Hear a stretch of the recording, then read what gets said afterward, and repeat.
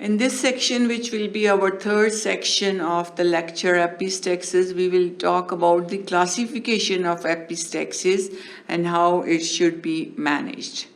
And in this, besides the normal management of epistaxis and how we can classify the different types of epistaxis, or what's the classification of epistaxis, we will also talk about the first aid management of epistaxis. So classification of epistaxis, it can be anterior epistaxis or epistaxis from the front of the nose, and blood flows from front of nose in sitting position. Usually when the person is sitting, there is bleeding. Sometimes the spontaneous epistaxis begins and patient doesn't even know, and they have bleeding from the nose. So this is the anterior epistaxis. Then we have posterior epistaxis from the back into the throat. So blood flows from the back of the nose and the person actually feels the blood in the throat.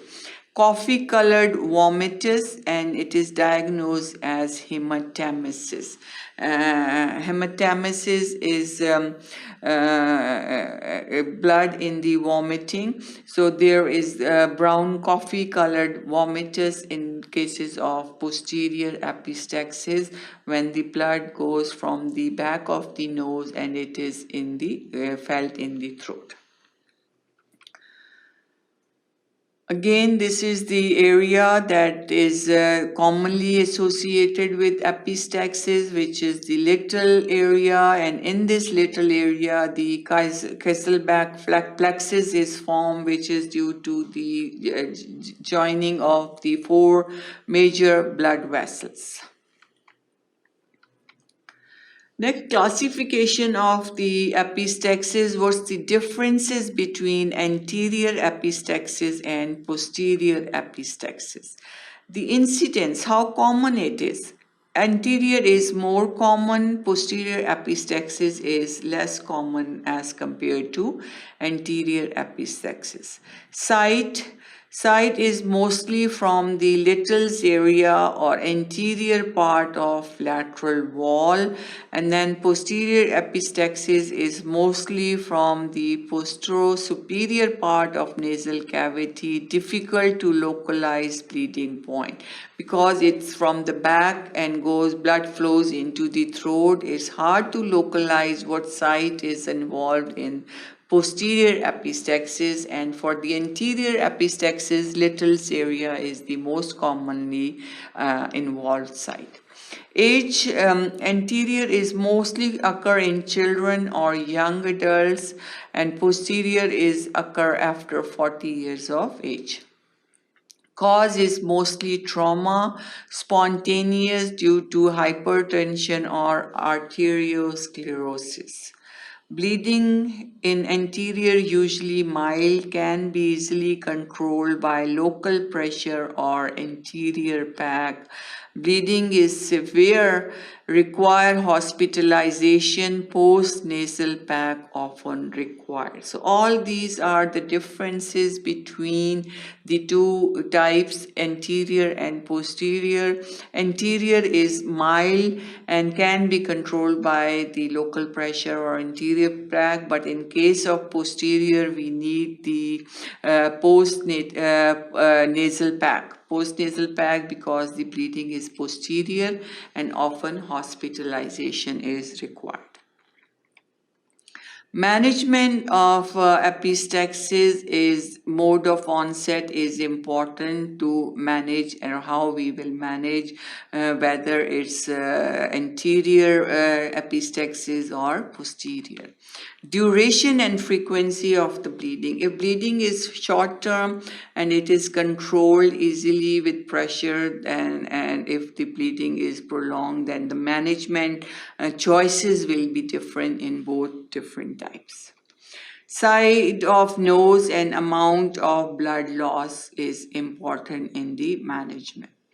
Anterior or posterior type, if the bleeding is from the anterior or posterior, if there is bleeding tendency from the nose in the family, or if there is history of drug intake and the ailment. So all these are important steps to consider in the management of epistaxis, especially whether it's anterior or posterior, because as we already mentioned, it's easy to manage the anterior type of epistaxis as compared to posterior, because in posterior epistaxis it's hard to localize the site of involvement, and when we don't know the site, the management is difficult and hard.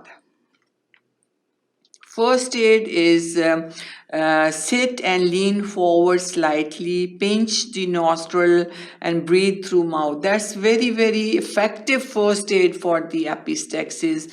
Tell the patient, if nothing else is available, that patient should sit up, the pinching of the nose to apply the pressure that stops the bleeding. So pinch the nostrils and lean forward, and it can control the bleeding in most of the cases. Mainly bleeding from little area, controlled by pinching nose, compression of vessels. Trotter's method, which is the patient made to sit, leans forward over basin and spits any blood. Application of cold compress. A reflex vasoconstriction. Usually a lot of people, they lean forward, and putting cold water, if nothing else is available, is very effective for application of cold. That cold water along with pinching of the nose, leaning forward, it helps to relieve that condition, and it's a very, very effective first aid management for anterior epistaxis, in which the bleeding is mainly from the littles area. Cauterization, useful in anterior epistaxis from the littles area, from the bleeding vessels. The cauterization is effective.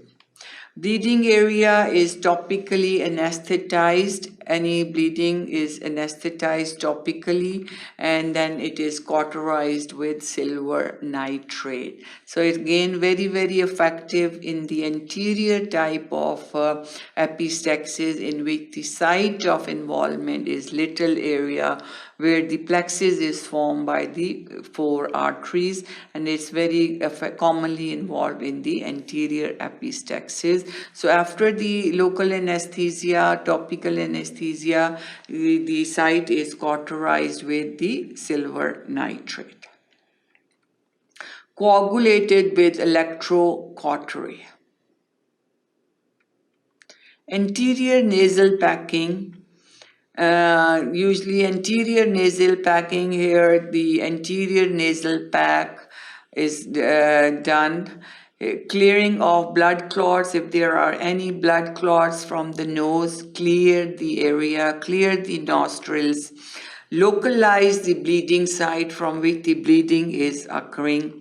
And minor bleeds, we already talked about cauterization with the silver nitrate or electrocautery, burning the bleeding vessel by the electrocautery or diathermy. And then, but if it's minor blood vessels, usually cauterization is effective for stopping the bleeding. But if it's profuse bleeding, more bleeding, anterior pack is inserted, and then it stays there and then removed once the bleeding is stopped.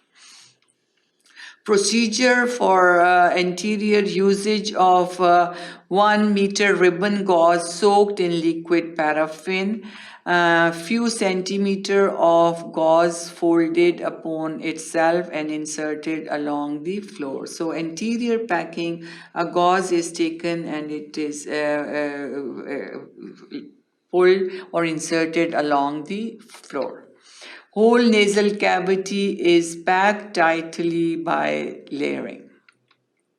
packaging of both cavities and removal of pack after 24 hours or 2 to 3 days. So if there is anterior bleeding, anterior nasal pack, if it's profuse bleeding, for mild bleeding we said cauterization is enough or even pinching is enough and leaning forward. But if the bleeding is profuse and is from the anterior is epistaxis, anterior packing is required in which the gauze ribbon is taken and it inserted along the floor of the nose. A long pad, gauze is inserted that can pack the both cavities of the nose or both the nostrils, and it is usually removed after 2 to 3 days or 24 hours. You can see how it goes along the whole nasal cavity, folding on its own. Use of antibiotics to prevent sinus infection and toxic shock syndrome. So these are all the steps to put the anterior pack for controlling the profuse anterior epistaxis. This is the ribbon that is used for the packing. Posterior nasal packing is different for patients with posterior bleeding into the throat.